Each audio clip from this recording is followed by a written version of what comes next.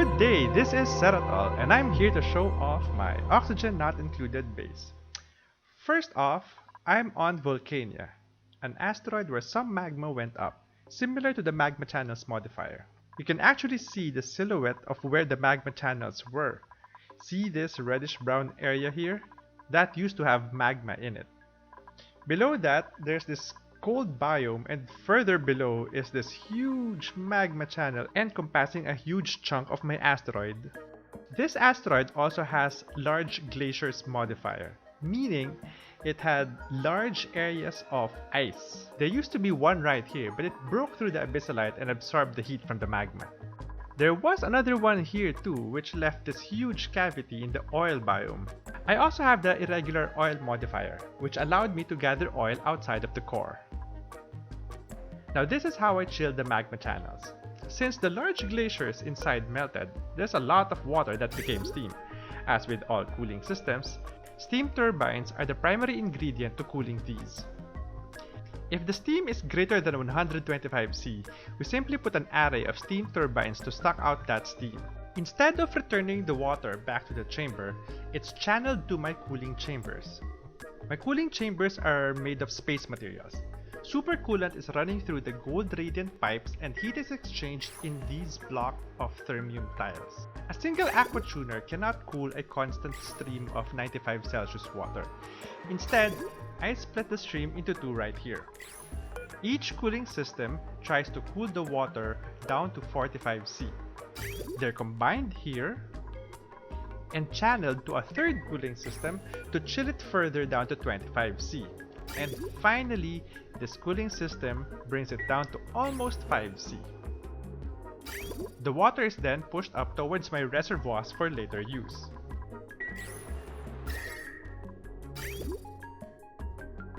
This cooling chamber is dedicated to the steam vent right here.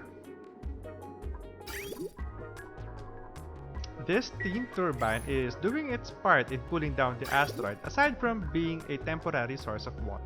A single cooling system is enough to chill this stream of 95 C water since each packet only has a maximum of 2 kilograms. The water is led to this chamber to cool down space artifacts. When it's full, I manually drop them down here to freeze. This Aquatuner aims to bring this area down to negative 30 C. Well, I lose mass when I dig up the ice tile, but that's okay since this asteroid has tons of water. In this magma channel, the steam is below 125 C, so I cool it down via Aquatuners and super coolant. It takes a bit of time and lots of power to cool it down, but it eventually succeeds. I'm far off into the game that power is no longer an issue. Next up is my battery array. These rarely go below 50% charge. I have two oil refineries. Here's one. This harvests crude oil to... Where's my oil? Here's one of my oil refineries delivering crude oil to my Volcano-Petroleum boiler. This pipe here comes from the other oil refinery. This crude oil snakes up these walls through these gold radiant pipes, eventually dripping down here. This mechanism harvests the heat from the magma slowly. Magma drips here and solidifies to igneous rock into this tile. The hot igneous rock transfers its heat to the surrounding metal tiles. Heat is transferred when this door is closed. This side should be at least 401 C to boil the crude oil into petroleum. When the desired temperature is met, the door is open to prevent excess heat from transferring. That's how heat is slowly transferred from the magma. The petroleum accumulates here and spills over to this side. It then flows through the same walls where the crude oil came from. Heat is exchanged between the petroleum going down and the crude oil going up. Finally, this liquid pump sucks the petroleum out of the boiler. The petroleum goes to two directions. To the left is my rocket bay, while to the right is my petroleum tank. The petroleum is really hot, so this chamber is vacuum pumped.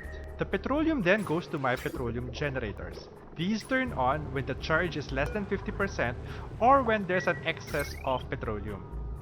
The chamber is still a work in progress. The idea here is that the polluted water gets sieved to become clean water for these carbon skimmers. Excess water is then cooled and pumped elsewhere. This is the first half of my unlimited power. The other half is the solar array. As for my farming, it's pretty simple. I have a Sleet wheat grain farm here. How old is this? This tile is 2200 cycles old. We're currently in cycle 2500. I must have built this farm around cycle 300 or so. This farm is an institution here. The water here comes from the chilled water tanks from before. Below that is my second Bristle blossom farm. The first version of this was closer to my base when space was limited. I recreated it here after I cleared the magma channel. Further below is my Drecko and Glossy Drecko farms. Wait, where are my Glossy Dreckos? There's nobody here. Let's just wrangle some from the nursery. This nursery is airlocked and filled with hydrogen. I farmed Glossy Dreckos early on because they're the most efficient source of plastic. Minimal heat, energy, and machinery needed. The Bristle Blossom and Drecko farms are cooled by this thermonullifier. Now this is my wild Pacu farm. Well, there used to be a lot until that time that I accidentally drained the pool and they all died.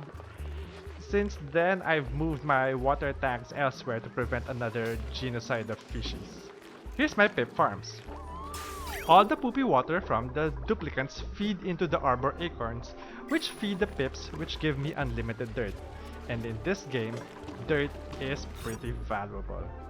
These pips reproduce like bunnies, so I built a nursery here, right beside the critter killer chamber. If there are more than 20 pips in the nursery, this door opens. Pips will randomly enter these traps and drown. There's one drowning here right now.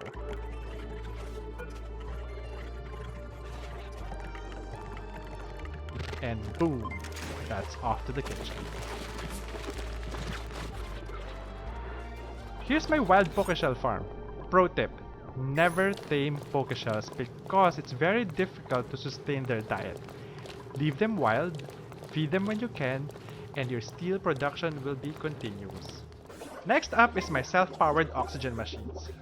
I don't like the big ones since I can't guarantee nearly 100% uptime. I prefer this mid-sized configuration which generates 2 kilograms of oxygen per second.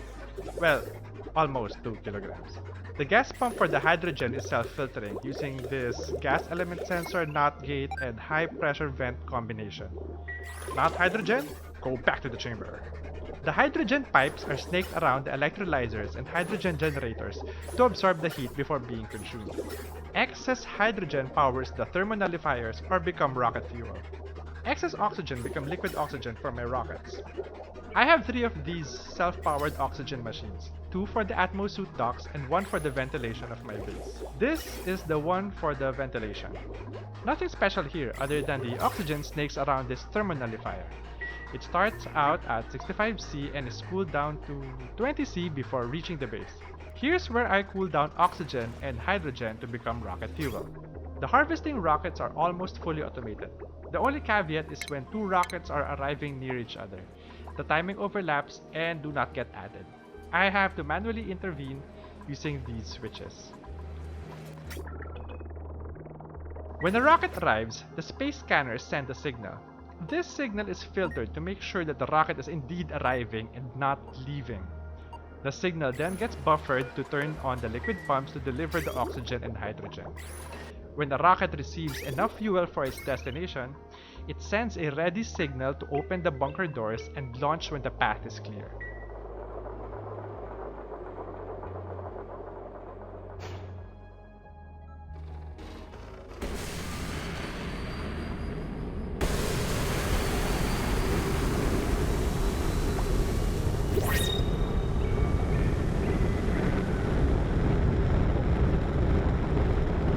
For exploration rockets, the destination changes every time it returns. I have to launch them manually with this switch. This rocket right here is actually ready to go to the last destination in the star map, the temporal tear. Let's launch this right now.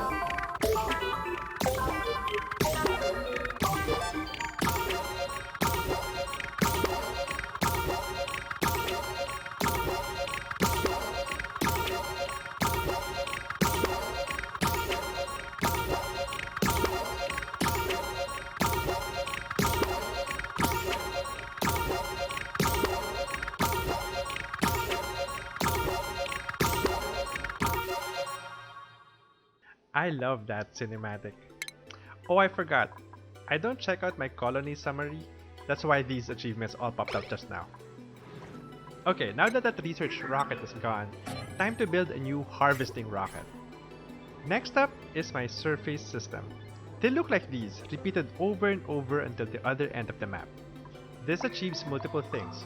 Protect the solar array right below, destroy any regolith buildup, pick up all that debris, and cool all that machinery. Cooling is a challenge because of the way heat exchanges here in the game. The technique here is to have the machines, sweepers, conveyor loaders, and robo miners, rest on top of airflow tiles with a dry wall behind them. Put a little bit of petroleum and pass the chilled supercoolant through the gold radiant pipes and these machines will never overheat. Do not let the pipes touch the hot regolith unprotected. This setup allows me to completely sweep all the debris from space. The tiles are organized in such a way that the machines are protected from the falling regolith with mesh tiles and the robo miners can reach all possible locations for regolith to build up. See how the robo miners come in pairs to cover each other's overheads. The sweepers can reach all these areas too and deliver them to the conveyor loaders. Below this setup are the space scanners, which demands a lot of space. They need to be far away from conveyor loaders, from their fellow space scanners, and from solar panels. All that debris go to these conveyor rails to be delivered to my Vole farm right here. How many do I have right now? I have a lot. That includes eggs. I don't really need to cool this chamber, but power is unlimited, so why not? Now let me show you the other half of my unlimited power, the solar array. The solar panels are arranged in a triangular wave pattern. The reason for this is because a single solar panel can provide a max of 380 watts of power with just 4 tiles exposed at peak lux of 80,000. When all the tiles are exposed, the power generation cap will be reached at 50,000 lux. Any lux above that is wasted. The power generated is delivered through this heavy watt wire which passes through all the solar panels. The power is delivered through these large power transformers to supply my power grid. I could actually just connect everything using the heavy watt conductive wire. Why didn't I do that? Huh.